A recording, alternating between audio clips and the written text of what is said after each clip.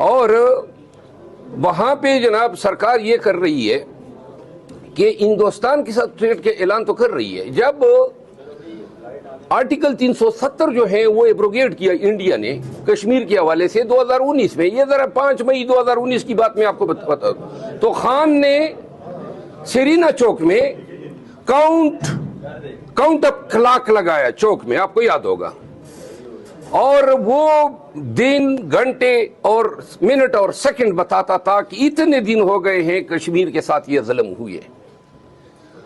اچانک care taker کے دور میں 23 اکتوبر 2023 کو وہ کلاک کس نے نکال دیا اور کیوں نکالا؟ یعنی کہ آپ نے تسلیم کر لیا باقاعدہ طور پہ کہ آپ آرٹیکل 370 کے ایبروگیٹ کیے جانے کی اس فیصلے کو آپ مانتے ہیں.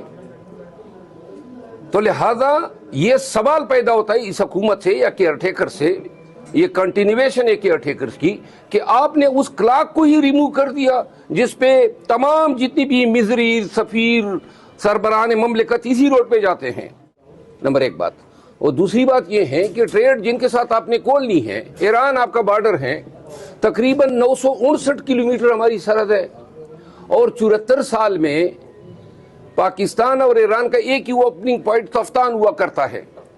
تفتان کے علاوہ اتنی لمبے بارڈر پہ ہمارا کوئی دوسرا پوائنٹ میٹنگ پوائنٹ تھا ہی نہیں, یا بارڈر جس سے ہم کراس کرتے.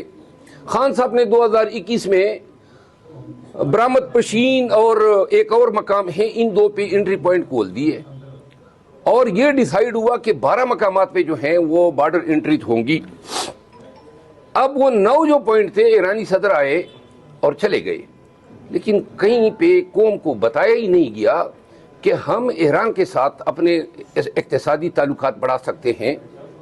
ایران پاکستان جو 750 kilometre Iran Pakistan gas pipeline تھا, کوئی اعلامیہ جاری نہیں کیا گیا. 2009 میں ایگریمنٹ کیا پاکستان نے, 2011 میں ہم نے 80 کلومیٹر پورے کرنے تھے, آج تک 1 کلومیٹر پورا نہیں کیا ہے. اور جو یونائٹڈ اسٹیٹس کے ساؤتھ ایشین کے لیے جو اسسٹنٹ سیکرٹری ہیں ڈونلڈ لو, انہوں نے بیان داغ دیا 1 مہینہ قبل کہ پاکستان اس پائپ لائن سے باز آ جائے, اور آج سے 3 دن قبل پھر ریپیٹ ہو گیا, بلکہ دھمکی دی گئی ہے. تو لہذا صدر ایران جب آئے تو یہاں پہ قوم کو یہ بتانا چاہیے تھا, یہ نہیں کیا گیا, بلکہ بھارت کے ساتھ ٹریڈ کا اعلان کیا گیا. ٹریڈ روٹس اور پوائنٹ سارے بند ہیں. $7 بلین جو ہیں وہ پاکستان نے خان کے دور میں ریونیو جنریٹ کرنا شروع کیا تھا, وہ آپ کی بند ہیں, اس پہ آپ کو فکر نہیں ہے. افغانیوں کو زبردستی دھکیل رہے ہو, 50 سال ان لوگوں نے گزار دیے, کیا برائی ہے اس میں کہ آپ ان سے پیسے لے کے ان کو شہریت دیں؟ ان کو شہریت نہیں دے, تیسری جنریشن ان کی ہماری زمین پہ پیدا ہو گئی. کے حوالے سے بھی بات کی تھی, کیا کوئی لانگ مارچ, کوئی ملین مارچ کی طرف آپ لوگ؟ جی بالکل, الٹیمیٹلی ہم نے جانا ہے ملین مارچ اور پھر دھرنے پہ. یہ میں ببانگ دہل کہہ رہا ہوں, ہم آئیں گے اسلام آباد میں بیٹھیں گے, اور وہ ہمارے احتجاج کے آخری مراحل ہوں گے. یا تو ہم اپنا مینڈیٹ لے لیں گے اور خان کو رہا کر لیں گے, ورنہ یہ لوگ جنہوں نے 9 مئی پہلے کیا تھا شاید یہ ہم پہ دوسری 9 مئی کر دیں. لیکن پی ٹی آئی جو ہے, پاکستان تحریک انصاف, ان کرائسس میں نکلنے کے بعد ایک پارٹی بن گئی ہے. ان سختیوں نے, تکالیف نے اب ہمیں یہ ہمت اور حوصلہ دے دیا ہے کہ یہ کچھ بھی کریں.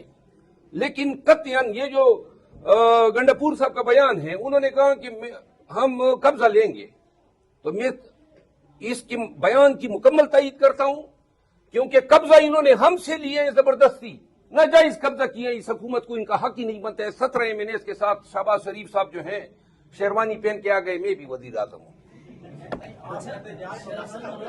سنے بھائی جی, اس طرح وزیر اعظم نہیں بنتے ہیں, اس طرح وزیر اعظم نہیں ہے. یہ کوئی 1 درجن انڈے تو نہیں تھے.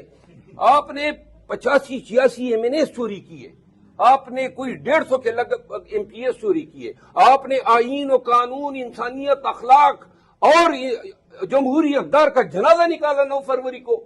اور اب آپ کہتے ہیں ایک سرسائی زمین بھی ہونا, 1 مرلہ زمین ہو تو آپ میں سے کوئی دستبردار ہو سکتے ہیں جو اس پہ ناجائز قبضہ کر لیں.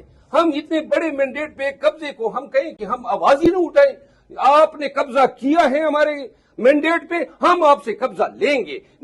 اپنے گنڈاپور صاحب نے، وزیر اعلیٰ سرد کے پی نے بڑی بہترین بات کی ہے اور ہم اس کو مکمل ڈٹو کرتے ہیں۔ آپ نے 9 مئی کو جلسے کی بات کی کہ 9 مئی کو طریق انصاف جلسہ کرنے جا